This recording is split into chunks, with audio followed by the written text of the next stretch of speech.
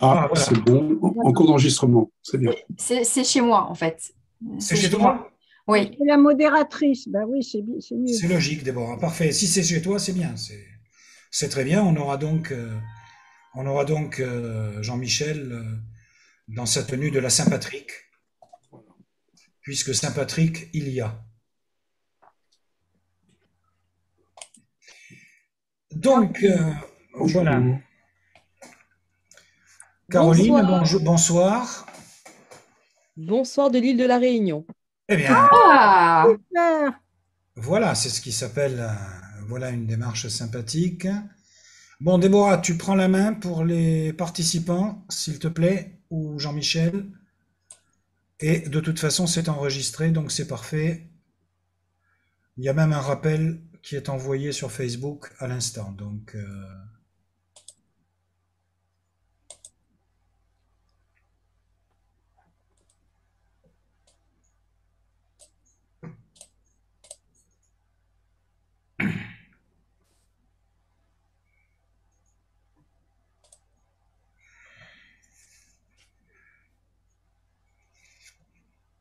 c'est dans 10 minutes, hein, Oui, oui.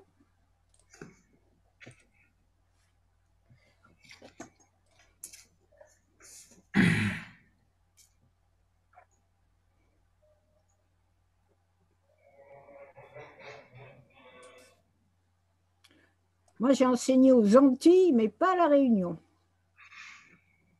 Et où ça, Sylvie, alors? Pardon? Et où ça, alors? En Martinique et en Guadeloupe. Et aussi en Polynésie. Voilà. Alors, n'hésitez pas à répondre plutôt par le chat parce qu'effectivement, j'ai commencé à couper, je vous avoue, les micros hein, par rapport à la conférence. Oui. Je me Mais vous me prépare bien direz pour hein, qu'il quand n'y ait je pas coupe mon de... micro, hein, parce que Ah bah non, il ne faut pas que vous coupiez votre micro. Non, non. C'est- voilà, Caroline me dit, il faut venir nous voir. Eh bien, Alors, vous avez également Nadia Marchand qui a enseigné, elle est parmi nous. J'espère qu'elle nous entend. Hop, Nadia Marchand, donc, qui était prof à l'ESP de Nantes et qui a oui. été à l'ESP de Polynésie Ah oui, avant, d'accord. Nadia Marchand, avant de faire valoir ses droits à la retraite, comme on dit pudiquement. Eh oui. Voilà, voilà.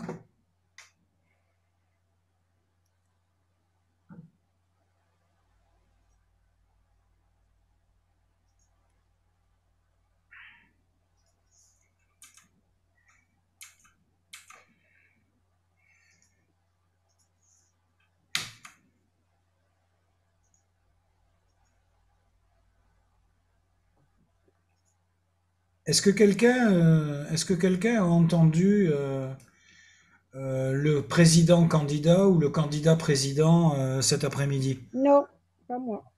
Parce que j'étais, j'avais une autre réunion.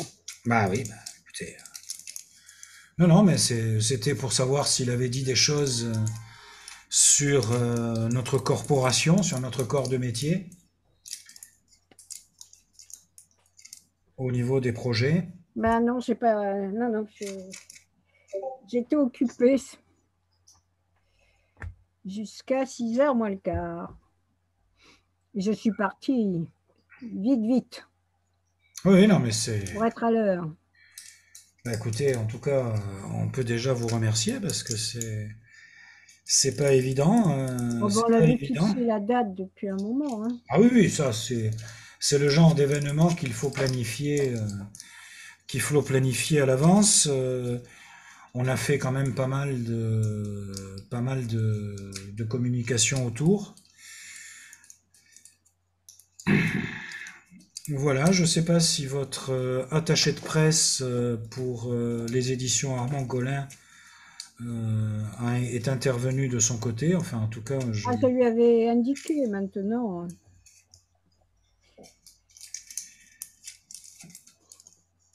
c'est vrai que j'ai aussi d'ailleurs un autre ouvrage de cette maison d'édition sur le bureau que je vais traiter. aussi rapidement. Et puis j'ai aussi en préparation alors la recension a été publiée, mais certainement une visioconférence à partir d'une recension de la Cliothèque par l'ouvrage de Christian Buchet, qui a été le directeur scientifique d'Océanide sur Oui. le Grenelle de la mer. Oui, Puisque, bon, comme vous le savez, les rendez-vous de l'histoire ont cette thématique, oui. ont choisi cette thématique.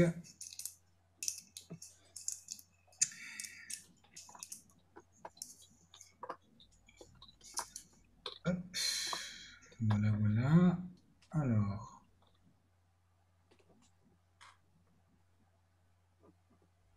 Voilà, donc Merci. c'est vous qui êtes en plein écran. Je vois. Ah ben, de toute façon, maintenant, nos intervenants, nos conférenciers sont devenus des pros de la visioconférence, vu le Ouais. temps qu'on a passé. Avec le Covid, c'était une obligation, hein. Oui, puis même, on a remarqué d'ailleurs que les visioconférences, on pouvait être chef de guerre et faire de la visioconférence Ouais. avec des interventions 3 fois par jour, comme ce pauvre Zelensky. Mais bon, toute plaisanterie mise à part, c'est vrai que c'est voilà. Alors paradoxalement d'ailleurs, ça fait partie des choses qui m'étonnent, mais il semblerait qu'il y ait une intervention des Occidentaux pour faire en sorte que les réseaux Internet fonctionnent encore, alors que du côté du Donbass, pour dire clairement les choses, depuis 2014, l'ensemble du réseau Internet a été intégré au réseau .ru, c'est-à-dire au réseau russe en fait. Ouais. Mais bon, ça fait partie des choses qui Bah oui. font partie d'ailleurs d'un conflit qui est assez inédit d'ailleurs, hein. Puisque là nous avons vraiment le conflit avec en direct les réseaux sociaux, en direct les outils numériques comme jamais quoi. Ah oui, c'est sûr. Et alors c'est assez intéressant d'ailleurs de voir les positionnements qui s'expriment d'ailleurs sur les réseaux sociaux. Ça fait partie des choses qui me surprennent toujours. On a à la fois des conversations, bon, version bar, hein, café du commerce, mais on a aussi des points de vue qui s'expriment avec derrière des arrière-pensées et autres. Bah, c'est comme dans tout progrès, hein. Il y a du bon et du moins bon, hein.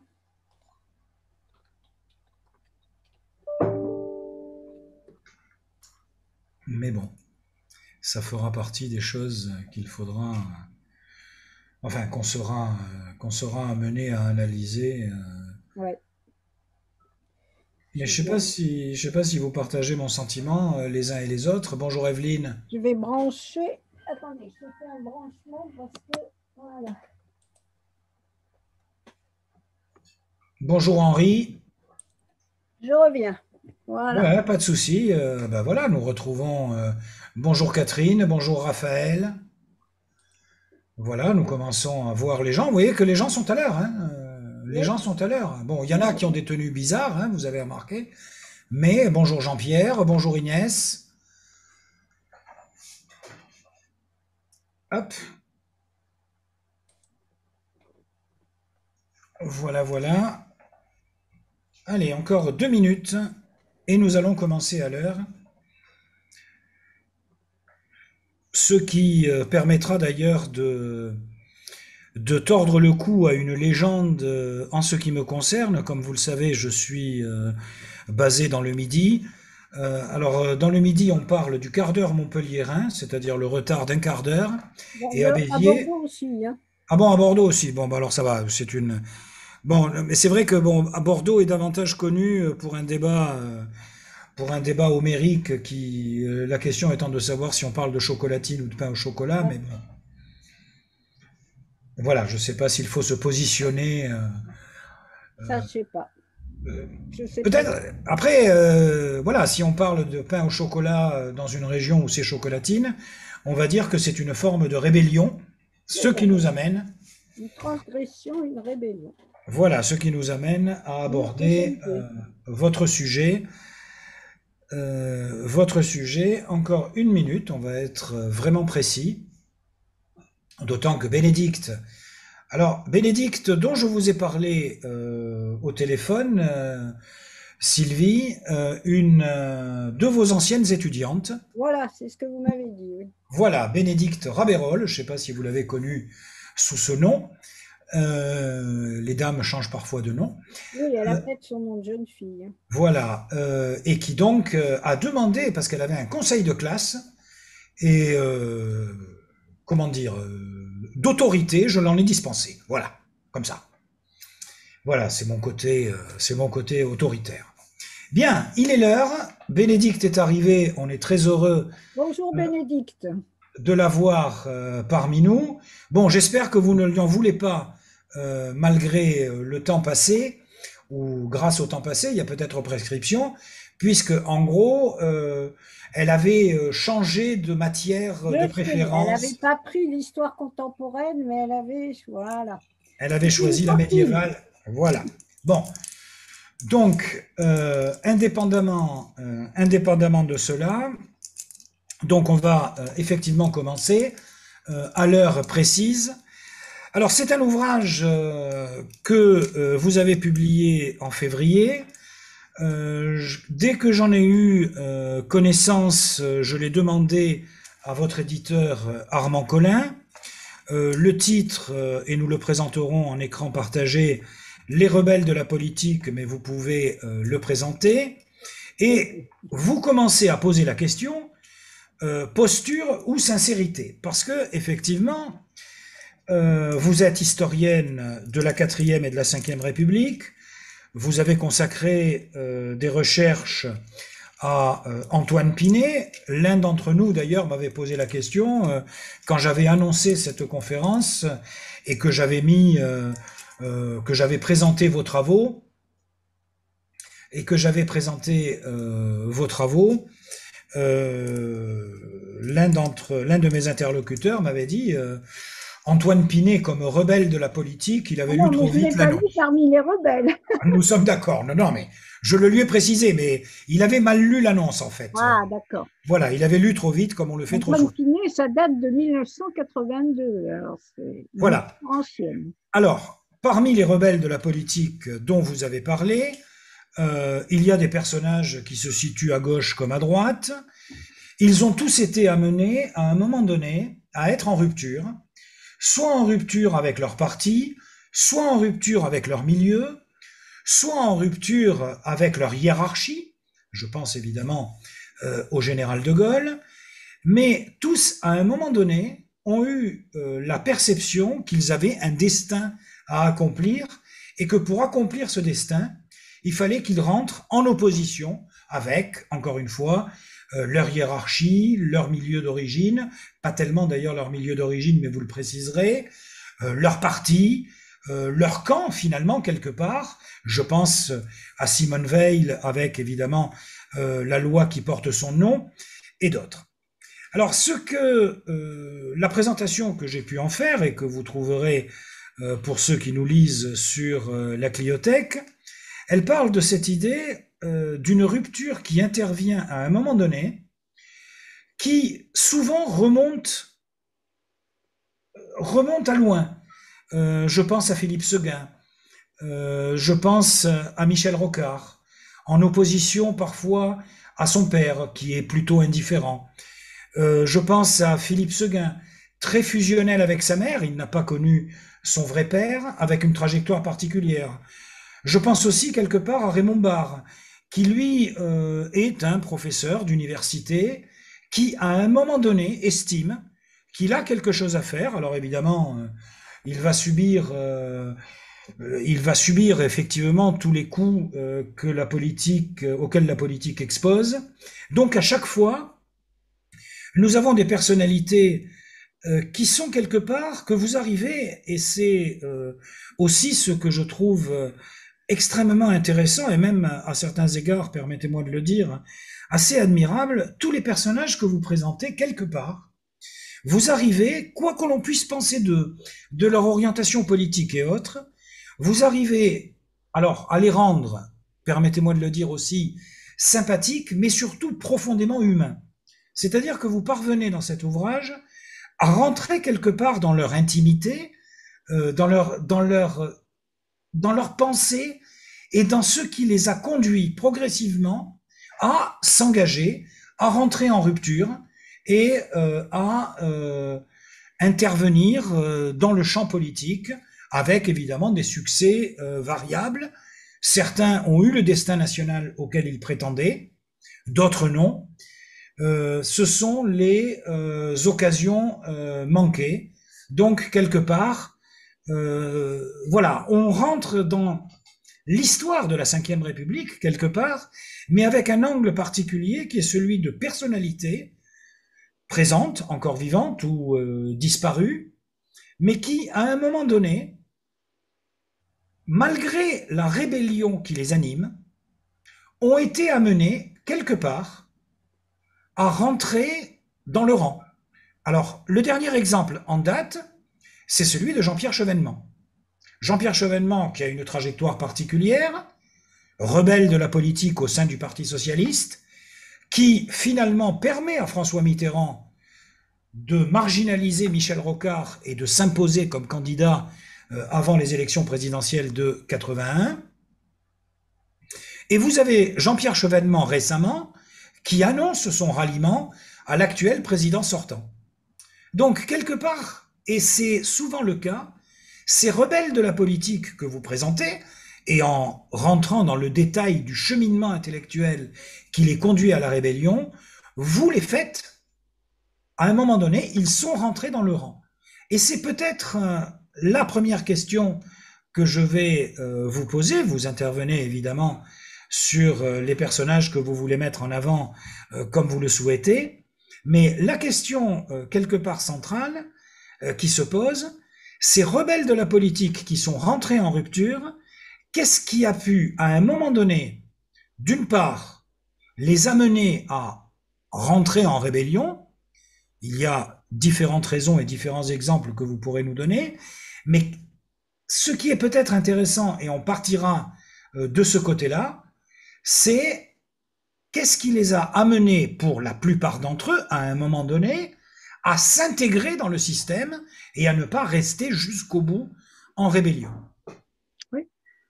Ben, c'est un petit peu la raison pour laquelle je distingue mes rebelles des révoltés ou des révolutionnaires. En fait, mes rebelles, ce ne sont pas des personnages, des personnalités qui cherchent à détruire le système. Ils transgressent, ils ont une attitude singulière vis-à-vis de leur famille politique, etc., mais au service d'une ambition ou au service d'une certaine idée de la France, pour reprendre le terme du général de Gaulle. En fait, mes rebelles mettent leur rébellion au service d'une ambition, et c'est ce que j'appelle, ce sont des réformateurs.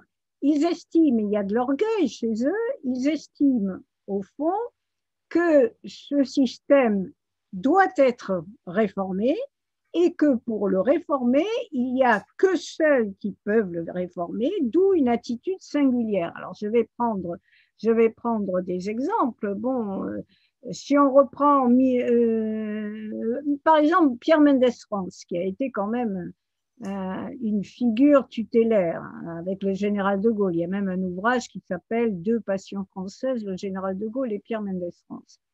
Pierre Mendès France a été à la fois dans le système et en même temps a voulu le réformer. Il a été dans le système puisqu'il a été l'un des premiers, des avocats très jeunes. Il a été avocat très jeune. Il a été député à 21 ans très jeune de Louviers. Il a fait une carrière politique tout à fait classique, mais au Parti radical.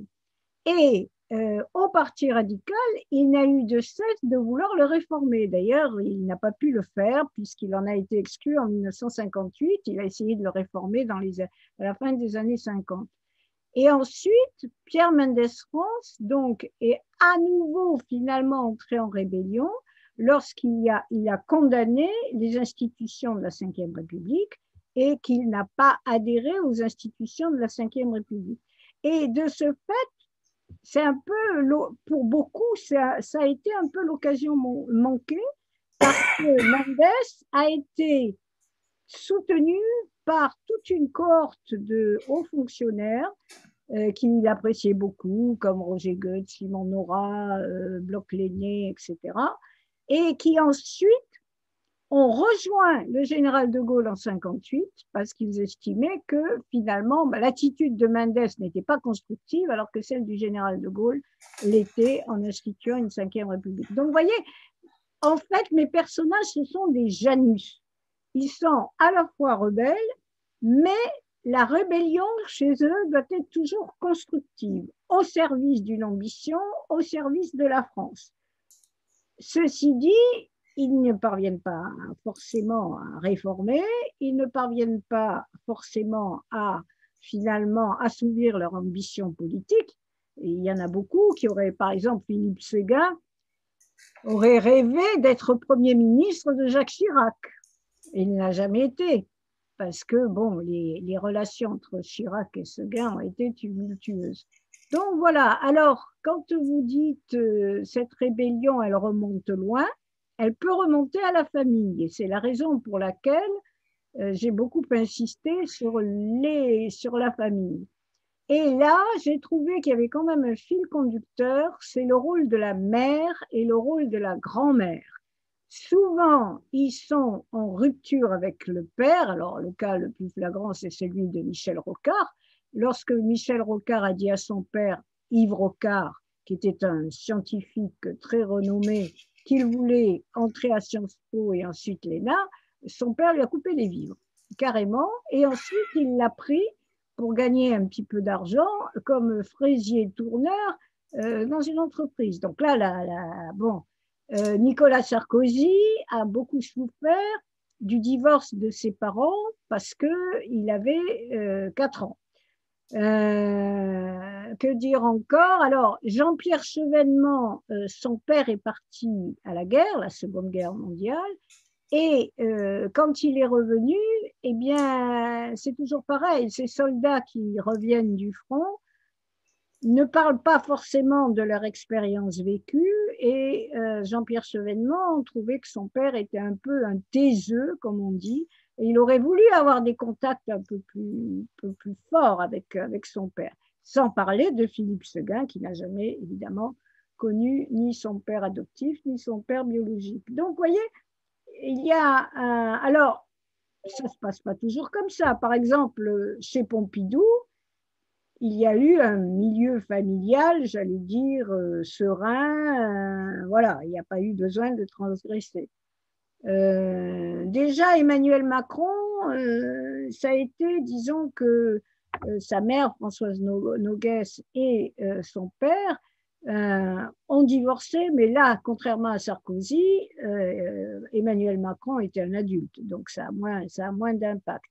Mais par contre, Macron, finalement, a eu une forme de transgression en épousant Brigitte, qui était la fille d'un grand chocolatier, déjà mariée avec Osière, et qui était évidemment qui était plus âgée que lui, et alors que lui avait 16 ans. Elle était son prof de théâtre. Donc, il y a toujours ce côté, j'allais dire, un peu soit en conflit avec le père, soit transgressif avec la famille. Raymond Barre, puisqu'il y a une réunionnaise parmi les spectateurs, Raymond Barre, pareil, il y a eu quand même une enfance très malheureuse. Sa mère était une famille de Darémont, très connue sur l'île de la Réunion, riche, mais son père a fait des mauvaises affaires, et tellement bien qu'il a été emprisonné. Donc, pour un petit garçon, c'est terrible ce qui est arrivé là. Donc, voilà. Donc, quand on regarde un petit peu la famille, on se rend compte qu'il y a des failles. La famille du général de Gaulle, il n'y a pas eu de conflit. On ne peut pas dire qu'il y ait eu des conflits. Mais quand même, c'est pareil, la confidente du général de Gaulle, c'était sa mère. Quand ce n'est pas la grand-mère, comme Mendes, qui était très proche de sa grand-mère, comme Macron avec Manette, etc. Alors ensuite, mes rebelles, ils ne sont pas forcément hors parti, mais c'est un peu les enfants terribles des partis, Voilà, parce ils qu'ils sont ne sont jamais très à l'aise avec l'idéologie du parti, avec la structure du parti, etc., etc. Alors vous avez parlé de Chevènement, mais Jean-Pierre Chevènement a créé le CRS en 1966. Donc, il a rallié, évidemment, il était proche de François Mitterrand contre Michel Rocard. Mais lorsque Chevènement a créé le mouvement des citoyens, le MDC, et qu'il s'est présenté à l'élection de 2002, l'élection présidentielle, il a quand même contribué à l'insuccès de Jospin. Je vous rappelle qu'en 2002, l'élection présidentielle, il y avait Chirac donc, qui voulait renouveler son mandat et il y avait Jospin qui avait été son Premier ministre et Jospin n'a pas passé le premier tour, d'où le conflit, l'opposition entre Chirac et Jean-Marie Le Pen. Mais il est évident que Chevènement se présentant, ça faisait une candidature de plus à la gauche. Et donc, c'était moins de voix pour Lionel Jospin qui n'a pas passé le premier tour. Donc, vous voyez, il y a tous ces personnages, même quand on a l'impression qu'ils rentrent dans le moule, eh bien, non. Et puis, il y a aussi des personnalités qui adhèrent à un parti politique par fidélité à un homme. C'est le cas de Raymond Barre, le général de Gaulle, c'est le cas de Badinter pour Mitterrand. Voilà, et donc, Badinter n'a pas toujours été d'accord avec la politique mitterrandienne. Donc voilà, ce sont des Janus, c'est-à-dire qui jouent un peu de leur singularité au service d'une ambition et parce qu'ils estiment que seuls peuvent réformer la France. Alors justement, pour aller maintenant dans un certain nombre de personnalités, chez un certain nombre de personnalités, on va essayer de respecter une certaine forme d'équilibre. Donc les personnalités que vous citez, donc je le rappelle pour ceux qui n'ont pas encore lu ce livre. Il y en a 11. Voilà, il y en a 11, donc on va au moins les citer, mais vous parlez de Georges Pompidou, vous parlez de Philippe Séguin, de Nicolas Sarkozy qui ont été cités, Emmanuel Macron, Simone Veil, Raymond Barre, pardon, Badinter, absolument, je crois qu'on a fait un peu... Rocard, Chevènement. Voilà, on a fait le tour, on les a tous cités. Alors, j'ai envie qu'on aborde la personnalité et peut-être la trajectoire de quelqu'un qui a toujours été en marge des partis. Vous parliez tout à l'heure de fidélité au parti. C'est d'ailleurs la seule femme de votre liste. Oui. Évidemment.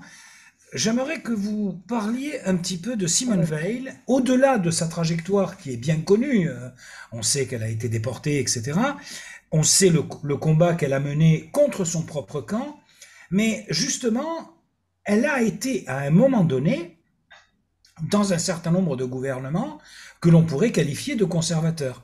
Et comment ces personnes comment a-t-elle pu, j'allais dire, résoudre cette contradiction finalement ? Alors, avant de vous parler de Simone Veil, je voulais quand même vous dire qu'il y a aussi une variable qui est très importante dans tous mes personnages, c'est la variable générationnelle. Un petit peu, c'est ce que Jean-François Sirinelli avait mis en valeur dans ses premiers ouvrages et qu'il met encore en valeur. Il y a des personnalités qui ont en mémoire la Seconde Guerre mondiale. Bon, De Gaulle, évidemment, Mendes, Pompidou, Barre, Simone Veil, Badinter. Il y a aussi une autre cohorte qui, elle, a été marquée par les guerres de décolonisation et notamment la guerre d'Algérie. Alors là, c'est Rocard, Chevènement, Séguin. Et puis, il y a ceux qui, finalement, Sarkozy et Macron, ont été marqués par la chute du mur, on en parle beaucoup en ce moment, de 89, par la crise économique de 2008, par des événements qui sont beaucoup plus actuels. Et il est évident que ces gens, ces personnalités ne réagissent pas de la même façon selon leur mémoire. c'est évident. Alors, pour revenir et répondre à votre question, que je n'esquive pas, alors, le parcours de Simone Veil, bon, comme vous dites, Simone Veil, elle a été, évidemment, elle a fait des études, donc elle était à Nice avec ses parents pendant la guerre. Et elle a été reçue au baccalauréat. Et étant reçue au baccalauréat, alors elle l'a préparé en étant cachée chez un de ses professeurs, parce qu'elle était juive, évidemment, comme toute sa famille, et qu'à Nice, eh bien, les juifs, comme partout en France, n'étaient pas persona grata. Donc elle a passé le bac par correspondance chez sa prof, et elle a été reçue. Et là, elle a fait une bêtise. Elle était jeune, elle avait 17 ans, c'est-à-dire qu'elle a voulu fêter son succès. Et donc, c'est là, elle est sortie donc, de chez cette dame et elle s'est fait arrêter. Et ses parents et ses sœurs également, ils ont tous été déportés. Ses deux sœurs, son père, sa mère et son frère Jean. Et bon, là, malheureusement, Simone Veil a vu sa famille décimée. Son père et son frère ont été exécutés dans un camp dans les pays baltes. Sa mère est morte du typhus dans un camp de concentration à Birkenau. Sa sœur, qu'elle aimait beaucoup, Milou, en a réchappé comme elle. Elle a été aussi atteinte du typhus, mais elle en a réchappé et elle en est guérie. Sauf qu'ensuite, elle est morte dans un accident de voiture. Et l'aînée, pas l'aînée, pardon, la seconde, elle est entrée en résistance de Nice. Bon, donc famille décimée. Et Simone Veil, après la guerre, a voulu faire des études de droit.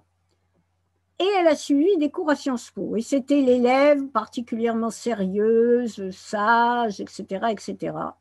Jusqu'à ce qu'un ami lui propose d'aller faire du ski quelques jours dans une station des Alpes. Elle accepte et c'est là qu'elle rencontre son futur mari, Antoine Veil. Alors, je parle d'Antoine Veil parce qu'en fait, on prêtait à Antoine Veil un destin qu'on ne prêtait pas à Simone Veil. À cette époque-là, il faut dire que dans les années 50, les femmes étaient loin d'être indépendantes comme elles le sont davantage aujourd'hui. Et donc, son mari a fait un stage, il a été énarque, il a fait un stage en Allemagne, et là, il a amené sa petite famille, il y avait déjà 3 enfants, et au retour d'Allemagne, Simone Veil a dit à son mari, bon, ben, je veux reprendre mes études de droit. Son mari lui a dit, pas question. Pas question, pourquoi? Ben, parce que c'est une femme et qu'une femme doit s'occuper de ses enfants et de rester à la maison. Et là, c'est déjà une première, c'est pour ça que j'en parle, c'est une première transgression de Simone Veil. Elle lui a dit, je continue mes études, je poursuis mes études. Alors Antoine Veil, lui, était proche du MRP, le mouvement des Républicains populaires, ce parti, disons, centre-droit, qui a été le plus pro-européen sous la 4e République. Mais Simone Veil n'a pas voulu être encartée. Et donc, elle a fait ses études de droit, elle a fait ses études aussi, non, pardon, elle a fait des études de la magistrature, mais à cette époque-là, l'École nationale de la magistrature n'existait pas encore. Et donc, elle a fait son bonhomme de chemin, elle exerçait son métier de magistrate le mieux qu'elle pouvait. Et en 1974, c'est l'élection de Valéry Giscard d'Estaing. Elle n'a pas voté pour Valéry Giscard d'Estaing, elle a voté pour Chaban.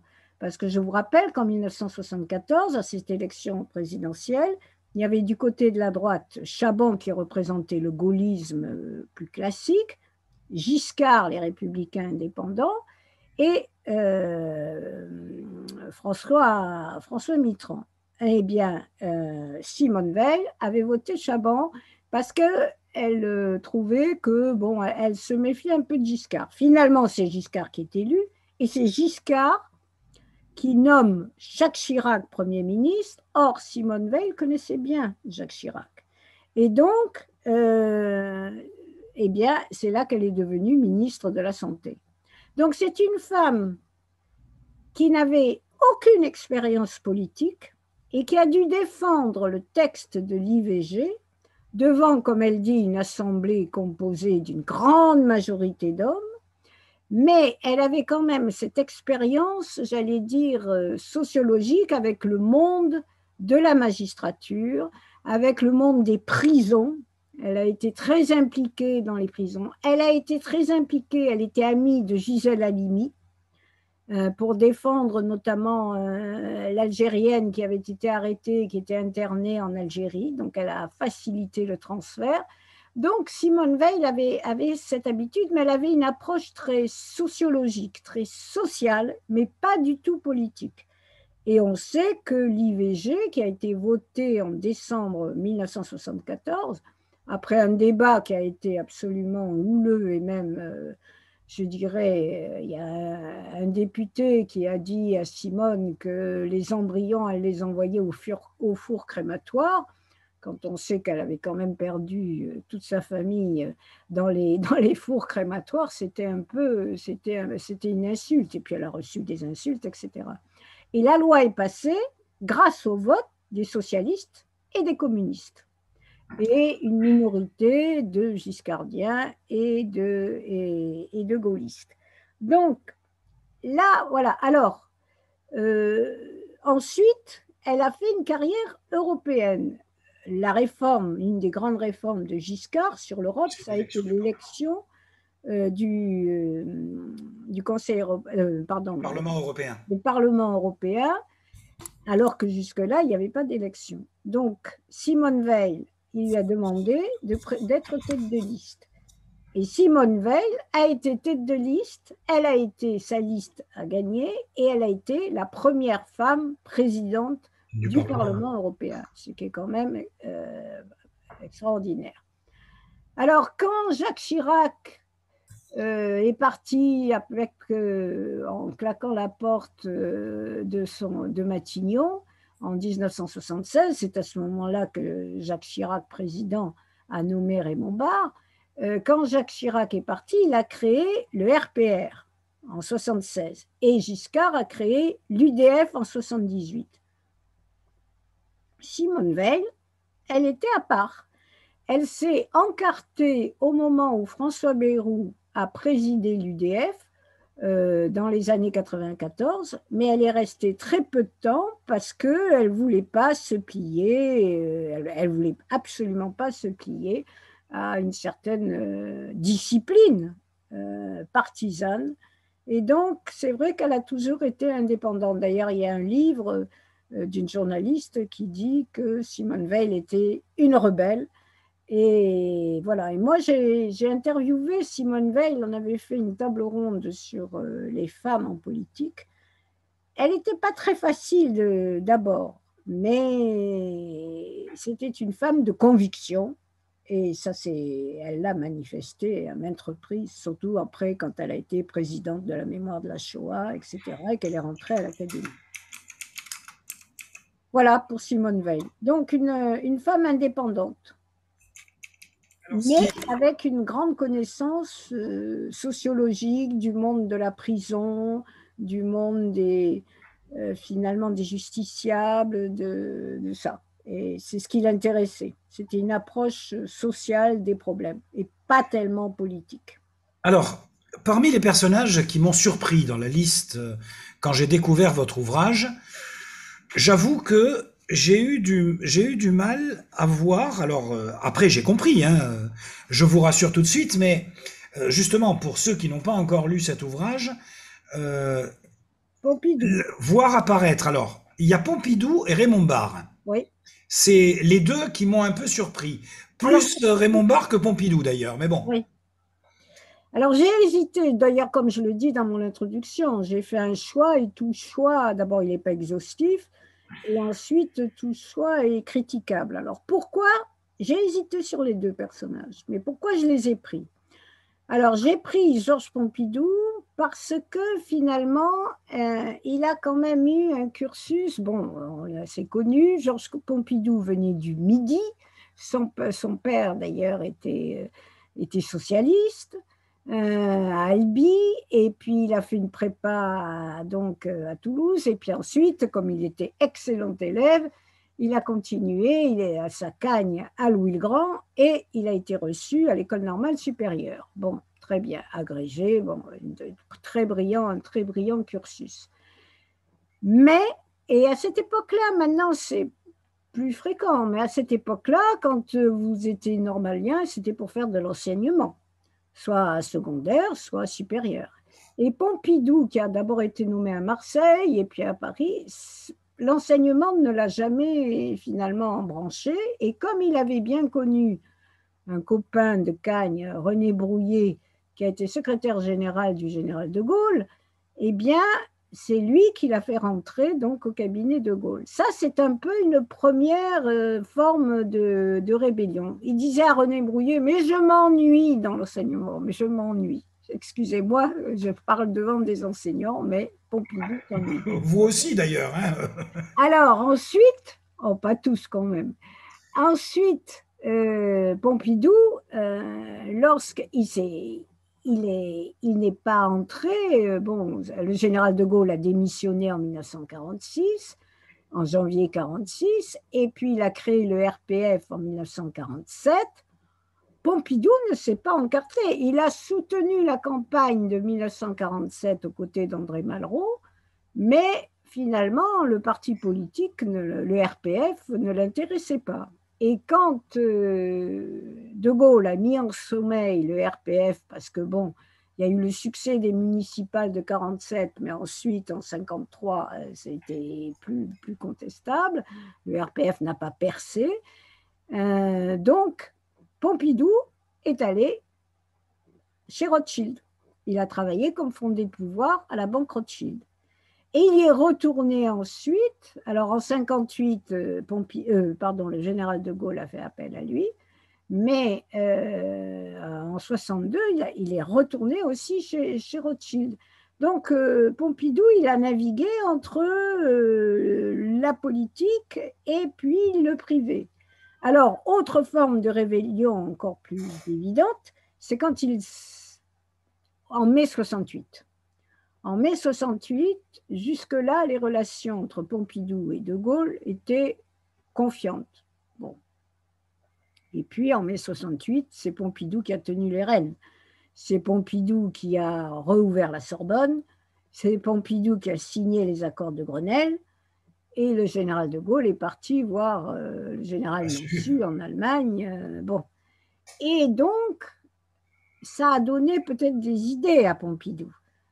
Et il a fait cette déclaration en janvier 69 que si, c'est un peu comme Rocard avec Mitterrand, si le général de Gaulle ne se présentait pas, il serait, pourquoi pas, candidat. Et le général de Gaulle en avait fait son dauphin. Il aurait dit qu'il le voyait très bien comme successeur. Mais à partir de mai 68, c'est là que les choses se sont gâtées.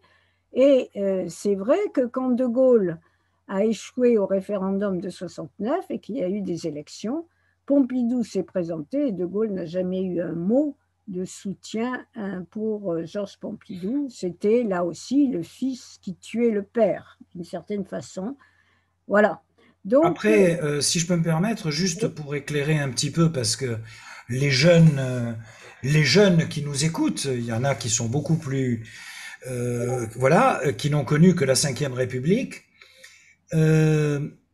Il faut savoir que il y avait quand même aussi cette espèce de contentieux caché. Il y a eu une réconciliation publique avec l'affaire Markovitch, oui. Et Pompidou en a beaucoup voulu. En parler. De même que il y a eu deux affaires comme ça. Alors il y a eu l'affaire Markovitch le général de Gaulle n'a pas soutenu Pompidou, pas du tout.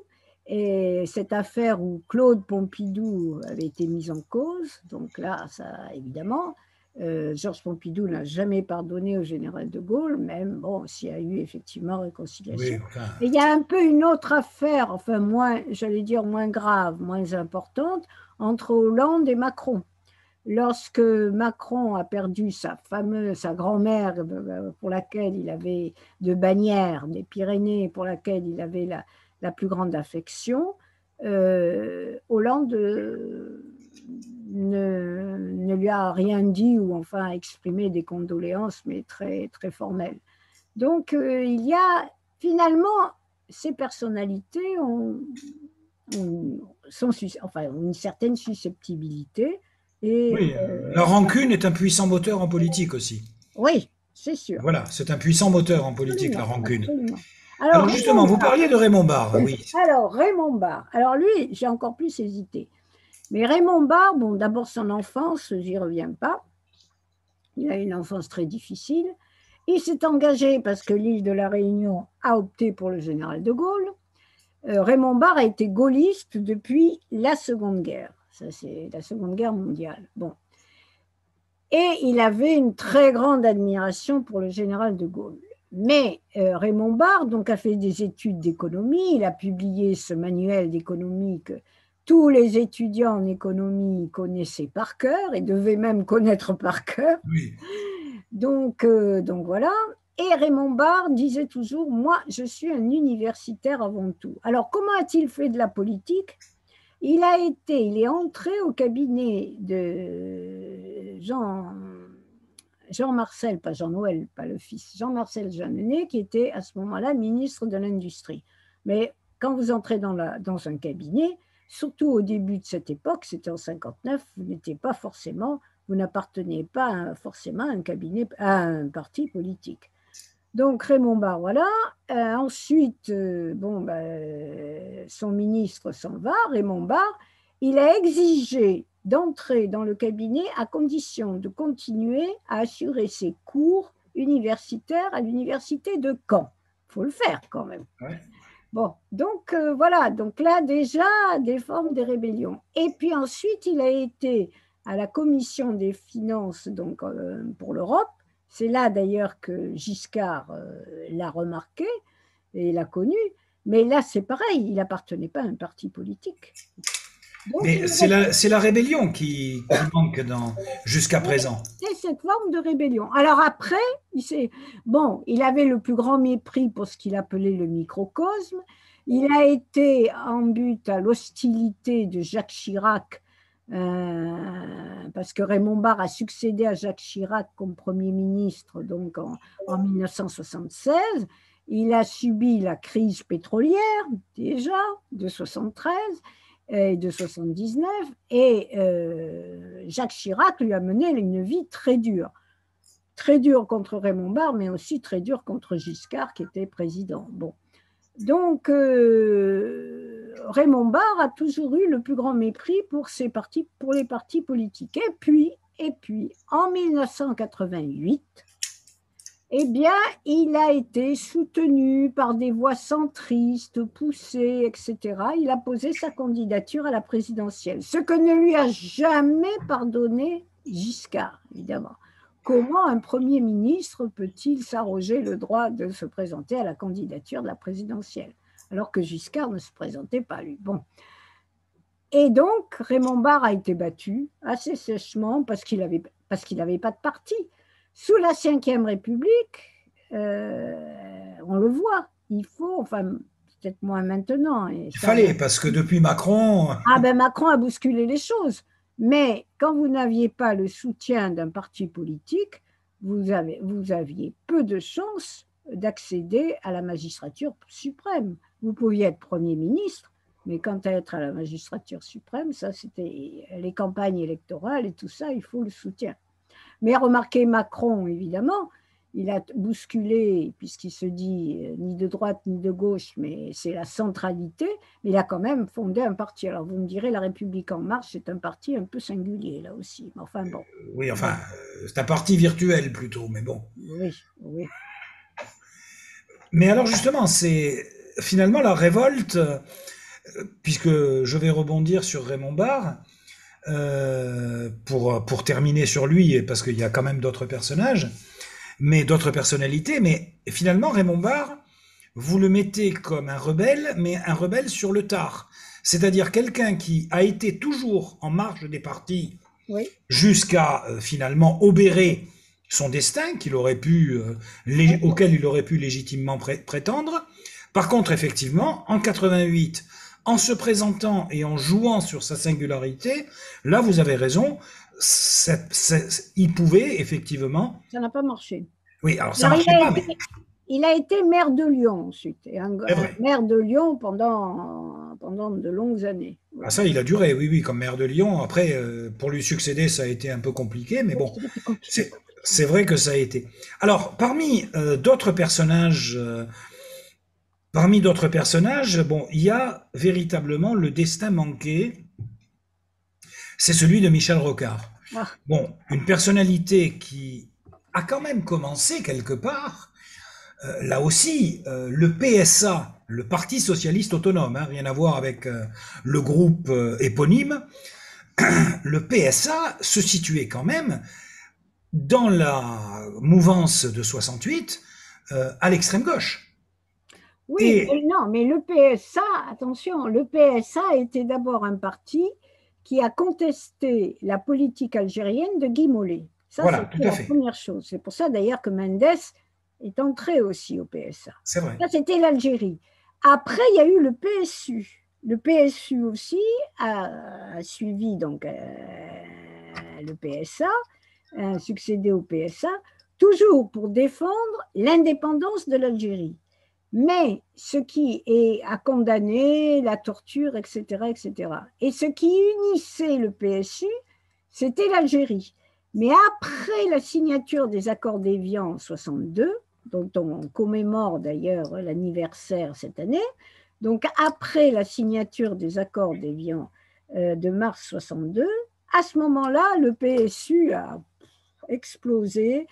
Bon, c'était un petit parti, il y avait, mais c'est vrai que c'était un parti d'extrême gauche. Il n'y a pas de doute. Alors, si je peux me Mais- permettre, oui. voilà, si je peux me permettre justement sur le PSU, c'était un système. Alors, Michel Rocard a d'ailleurs été candidat en 69 Oui, au à l'élection présidentielle avec un score, 1,60. voilà.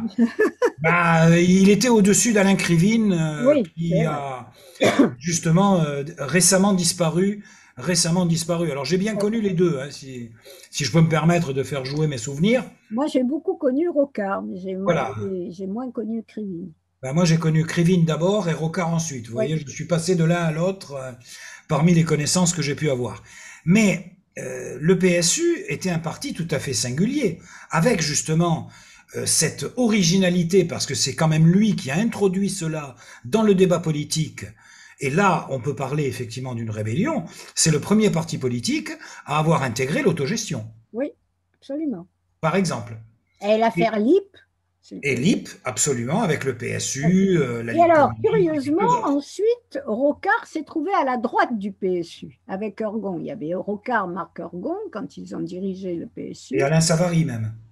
Pardon? Alain Savary aussi. Oui, et Alain Savary, exact. Et donc, le PSU a un peu implosé d'une certaine Complètement. manière. Bon, il y avait une histoire d'ego aussi, comme souvent, hein, et puis c'était quand même un petit parti. Et Rocard a fini par rejoindre Mitterrand en 74, donc à rejoindre le PS. Voilà. Mais alors au PS, c'était l'enfant terrible. Il a pas. D'abord, il condamnait le programme commun parce qu'il était. Rocard était anticommuniste. Il refusait toute alliance avec les communistes. Ensuite, à ce moment-là, le Parti socialiste, après il a changé, mais il était très jacobin. Et Rocard s'est fait connaître dès 66 avec sa fameuse formule décoloniser la province, c'est-à-dire déjà territorialiser les problèmes, etc. Et puis surtout, le camp rocardien se voulait social-démocrate et il s'opposait beaucoup à d'autres personnalités du PS, notamment le Cérès de Chevènement, bien sûr, mais même des gens comme Fabius, par exemple. Tout à fait. Et Rocard, quand en 81, Mitterrand lui a offert un ministère, le ministère du Plan, et comme disait Rocard, c'était un placard, parce qu'on parlait beaucoup moins du plan dans les années 80 comme on a parlé à la fin des années 50. Et surtout, après, il a été ministre de l'Agriculture. Alors là, ça lui a plu. Mais il a démissionné en 86 parce que Mitterrand, le président Mitterrand, a voulu introduire une proportionnelle aux élections législatives et Rocard estimait qu'il allait donner davantage des voix à l'extrême droite. En fait, Mitterrand avait proposé ça pour limiter la chute du PS, mais évidemment, ça favorisait aussi l'extrême droite de Jean-Marie Le Pen. Voilà.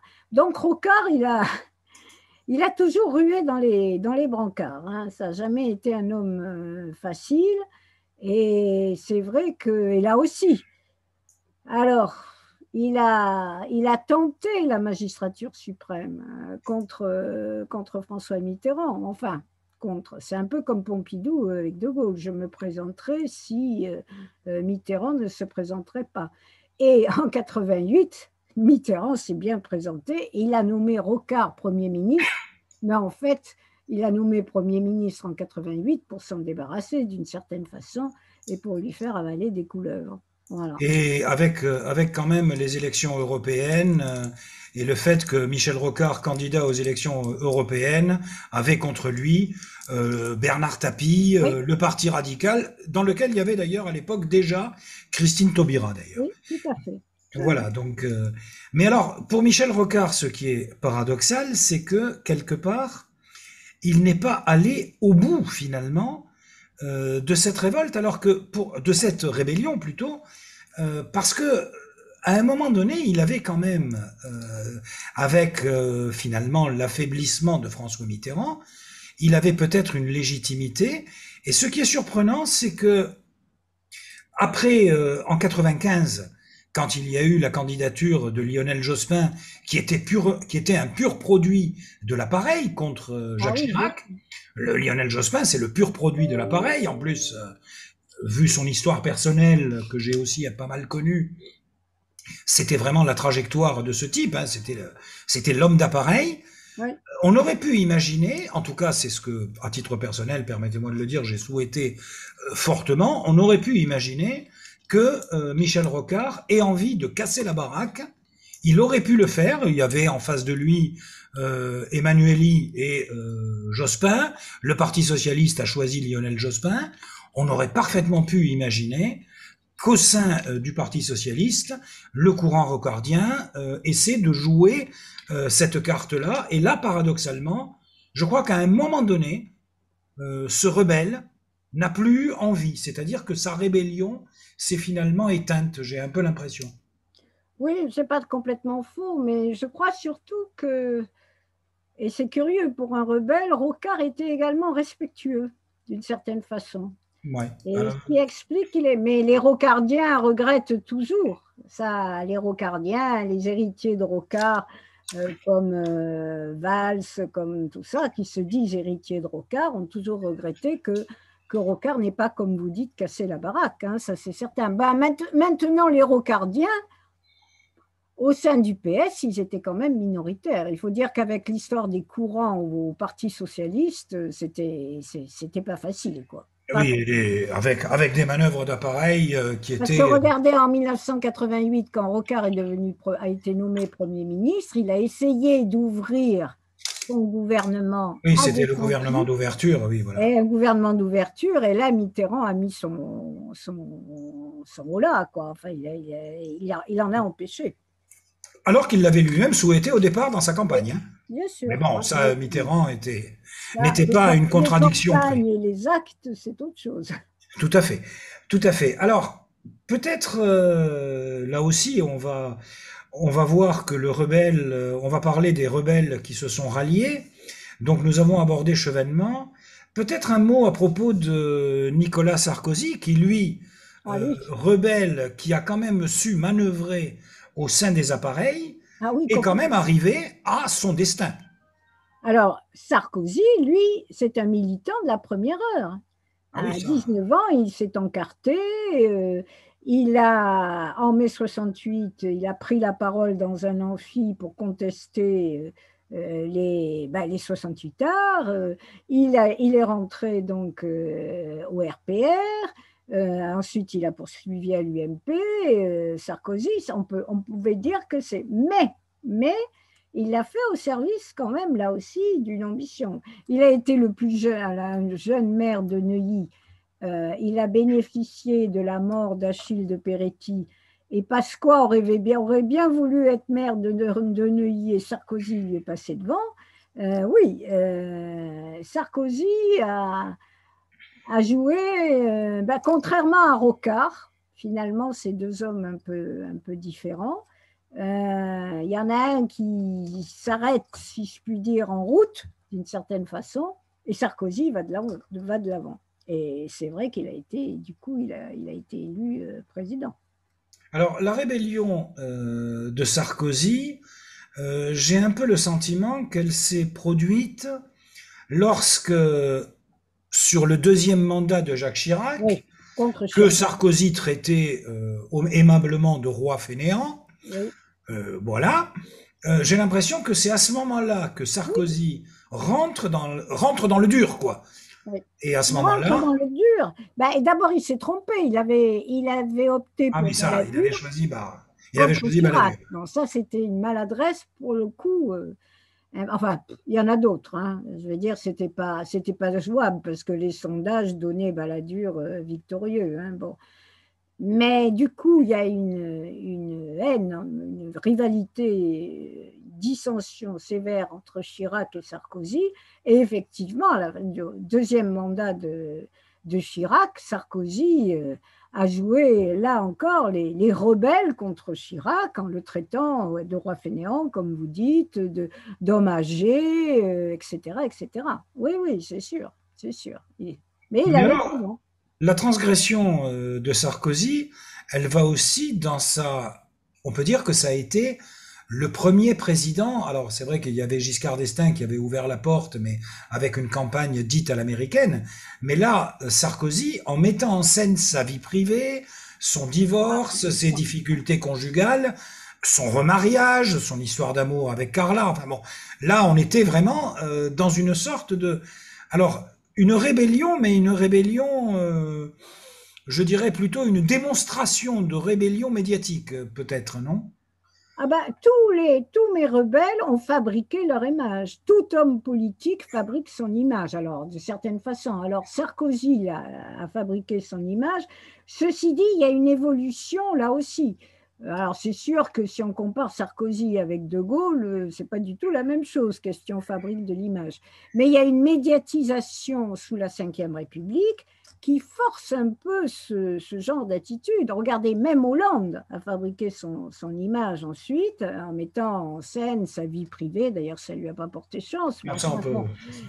Oui, mais enfin, je veux dire, il n'y a pas de doute que maintenant, tout homme politique, et j'allais presque dire, est surveillé à la loupe par les médias et par les réseaux sociaux, etc. etc. Rendez-vous compte que du temps de De Gaulle, le général de Gaulle a dû s'adapter à la télévision. Hein. Et il l'a fait d'ailleurs pas si mal. Alors évidemment, pour nous, quand on le regarde, on trouve qu'il est grandiloquent, etc. Mais il s'est bien adapté à la télévision. Mendes, c'est jamais adapté. Mendes, c'était les causeries au coin Du feu, oui. C'était la radio. Ah, oui. Mendes, c'était la radio. Giscard a commencé, c'est vrai, du temps de Giscard. Mais de plus en plus, avec la médiatisation de la vie politique, on parle même de doxa, avec la médiatisation de la vie politique, il n'y a pas de doute que fabriquer son image, et ça, tout homme politique veut fabriquer son image, eh bien, on a des outils qu'on ne disposait pas avant. Voilà. Et donc, mais justement, c'est justement la question de la rébellion. Parce que, au final, cette fabrication de l'image, pour des rebelles, ça consiste à rentrer dans le moule médiatique du moment, à un moment donné, voilà. C'est ce que je dis pour Macron. Macron qui a fait une campagne singulière, Emmanuel Macron, et qui a été élu grâce à, je démontre 4 facteurs, hein, le fait qu'il ait refusé de se présenter aux primaires, le fait, deuxième facteur, que Hollande se soit désisté, que le président Hollande se soit désisté en décembre. Le fait que Fillon, qui était le grand favori, bon, on sait comment a eu la quelques soucis, candidature oui. Fillon s'est terminée. Et enfin, le ralliement de Bayrou. Donc, Emmanuel Macron, alors qu'il avait un parti, comme vous dites, un parti virtuel, La République En Marche, bon, voilà, Macron a bénéficié de ces 4 facteurs. C'est la chance. Mais vous savez, dans toute élection, il y a une partie de chance. Mais il n'empêche qu'une fois élu, Macron a tout le cérémonial de son élection avec au Louvre, avec la 9e symphonie, avec tout ce cérémonial, il a très bien chaussé, j'allais dire, les bottes du général de Gaulle, de François Mitterrand, et voilà. Hein, donc la fabrique de l'image, il y a des aspects neufs, et vous l'avez montré par exemple déjà avec Sarkozy, et puis aussi la reprise d'aspects plus anciens. Mais alors, justement, paradoxalement, dans les personnalités que vous abordez, à un moment donné, ces personnalités qui ont été transgressives, qui se sont ensuite adaptées au moule institutionnel, et les exemples que vous avez donnés sont éloquents, de temps en temps, c'est le cas de Sarkozy, c'est le cas d'Emmanuel Macron, ça ressort. C'est-à-dire qu'ils deviennent transgressifs. Casse-toi, pauvre con, par exemple, venez me chercher pour Emmanuel Macron à propos de l'affaire Benalla, on voit quand même que le fond ressort quand même. Traversez la rue et vous trouverez du travail. Voilà, enfin bon. Etc., etc. Oui. De temps en temps, il y a des explosions comme ça. Mais est-ce complètement négatif? C'est tout le problème. Alors, c'est ce qui rend, encore une fois, votre ouvrage extrêmement intéressant, c'est que, dans ce que vous venez de dire à l'instant, c'est que, au final, ces personnalités majeures de la vie politique, vous arrivez à les rendre humaines. C'est-à-dire que leurs failles personnelles, à un moment donné, leurs déchirures, leurs blessures personnelles, à un moment donné, elles finissent par ressortir. Oui, c'est vrai. Quelque part. Bah oui. C'est pas des robots, hein. Non, mais voilà, mais là aussi. Alors, c'est justement paradoxalement, et là, c'est l'historienne de la Ve République et qui connaît les institutions que je vais interpeller, si vous permettez d'utiliser ce terme, c'est aussi peut-être cette histoire politique de la Ve République qui se déroule sous nos yeux, hein, nous y sommes toujours, et en plus, nous sommes à 3 semaines du premier tour maintenant. Le mécanisme dans lequel ces personnalités essaient de rentrer, comment arrive-t-il à rentrer quelque part en adéquation, puisque l'élection présidentielle, c'est la rencontre d'un homme ou d'une femme et d'un peuple et d'un corps électoral, qu'on le veuille ou non, comment cette alchimie se fait? Et est-ce que ces postures de rebelles, quelque part, n'y contribuent-elles pas? Si, bien sûr. Si, je suis d'accord avec vous. Mais vous savez, comme vous parlez d'alchimie, c'est ce que je vous disais à l'instant, une élection, c'est la concordance de plusieurs facteurs. Hein, et voilà. Et pas forcément. Et puis, il y a aussi des événements qui surviennent qu'on n'avait pas prévus. Pour reprendre par exemple l'exemple de Valérie Pécresse, qui a gagné les primaires des Républicains, qui a raté son passage au Zénith, au meeting, qui a été quand même pas mal sabordée parce que c'est une femme. Bon, il y a des facteurs qui jouent et vous avez beau... Bon, toutes ces personnalités que j'ai dépeintes, bon, c'est vrai que ce sont des rebelles, mais ce sont des hommes quand même, comment dirais-je, aguerris à la vie politique. La vie politique, c'est un métier. La carrière politique, c'est un vrai métier. Alors, il y en a qui réussissent plus ou moins, mais voilà. Donc, c'est difficile de dire « Ah, celui-là est élu » parce qu'il y a plusieurs causes, il y a plusieurs facteurs. C'est toujours très complexe. Comme vous dites, c'est une alchimie. Voilà. Écoutez, voilà. nous sommes peut-être parvenus au terme. Oui, Alors, ce que j'ai envie de dire, c'est que, c'est pour conclure, si vous me le permettez, bien sûr. c'est de dire évidemment tout l'intérêt qu'il y a ben justement à lire de l'histoire et à lire de la politique. Alors j'insiste, hein, je le dis à mes collègues, je le dis à mes collègues, donc que je salue puisque j'ai pas pu, j'en ai vu. Alors il y en a même un que j'ai retrouvé. C'était mon condisciple il y a 40 ans. Bonsoir Jean-Philippe. Nous avons Véronique Vassou qui est une de nos fidèles qui nous écoute de Californie. Donc ça me permet de la saluer aussi et quelques autres et tous les autres bien évidemment. Alors ce que j'ai envie de dire c'est voilà. Euh, j'ai envie que c'est aussi le choix que j'ai pu faire, hein, je l'assume parfaitement, de vous inviter. C'est que c'est parce que vous contribuez, que vous le vouliez ou non, et je pense que vous le faites et vous avez raison. Vous contribuez quelque part à relancer avec d'autres, je pense notamment à Jean Garrigue, Ah oui, que vous connaissez, à réhabiliter l'histoire politique. oui. Bah, Parce Jean que Garrigue vient de sortir un livre sur les sauveurs. Absolument. Alors Voilà. justement, Donc, on va- peut-être que ce sera l'occasion oui, d'en parler, mais j'ai envie de dire à mes collègues, voilà, l'histoire politique, l'histoire de la vie politique, c'est quelque chose qui, je vais pas dire une banalité, mais bon, quand même, qui éclaire le présent et qui nous permet quand même de nous situer, nous, comme professeurs d'histoire et de géographie, en l'occurrence là, professeurs d'histoire, comme de véritables formateurs, comme de véritables pas éducateurs. faire, pas faire. Nous avons des choses à dire et à transmettre.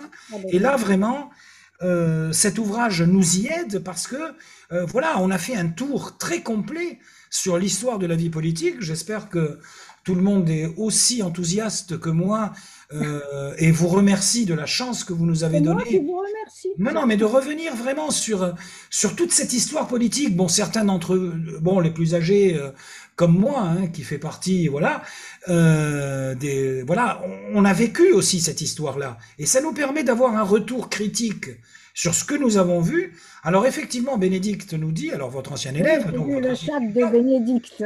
voilà, nos élèves sont très demandeurs, bah oui, bah c'est à nous d'y répondre. C'est à nous d'y répondre et personne d'autre ne le fera à notre place. C'est un Et beau métier.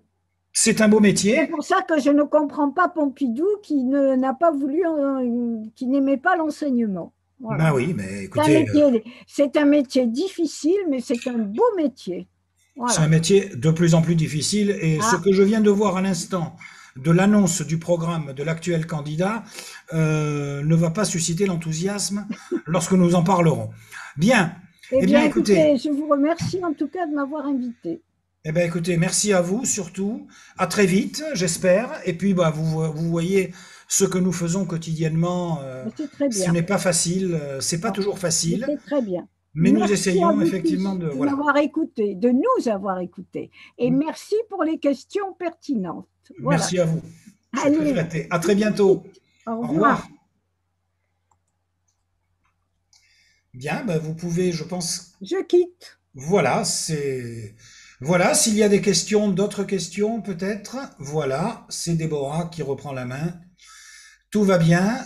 Alors, pour ceux qui, voilà ce que nous savons faire au niveau des clionotes, on espère pouvoir remobiliser encore et vous inviter à d'autres événements aussi passionnants que celui que nous venons de vivre. Vous avez eu beaucoup de chance. Nous avons eu collectivement beaucoup de chance. Merci Véronique pour ce que tu viens de dire.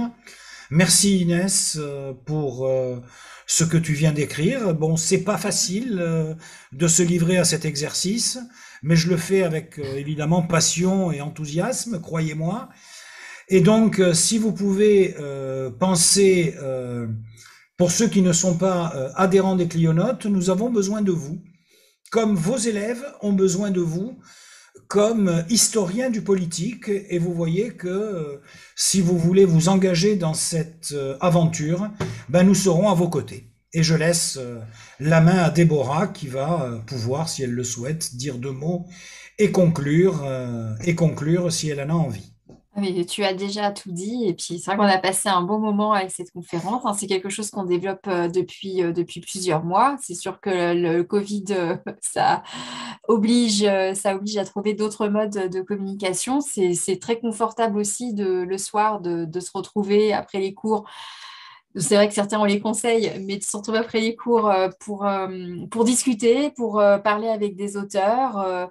Je pense que la plupart d'entre vous, vous connaissez bien la Cliothèque, qui recense les dernières parutions en histoire, géographie, parues chez les grands éditeurs français.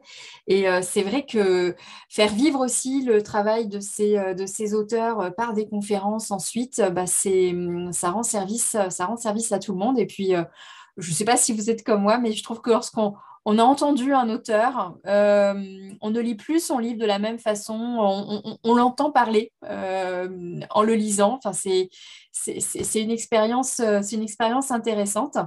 Et donc, on sera amené à la répéter beaucoup plus régulièrement cette année. Et cette prestation de Sylvie Guillaume est la première de ce genre, en tout cas après notre Assemblée générale 2022.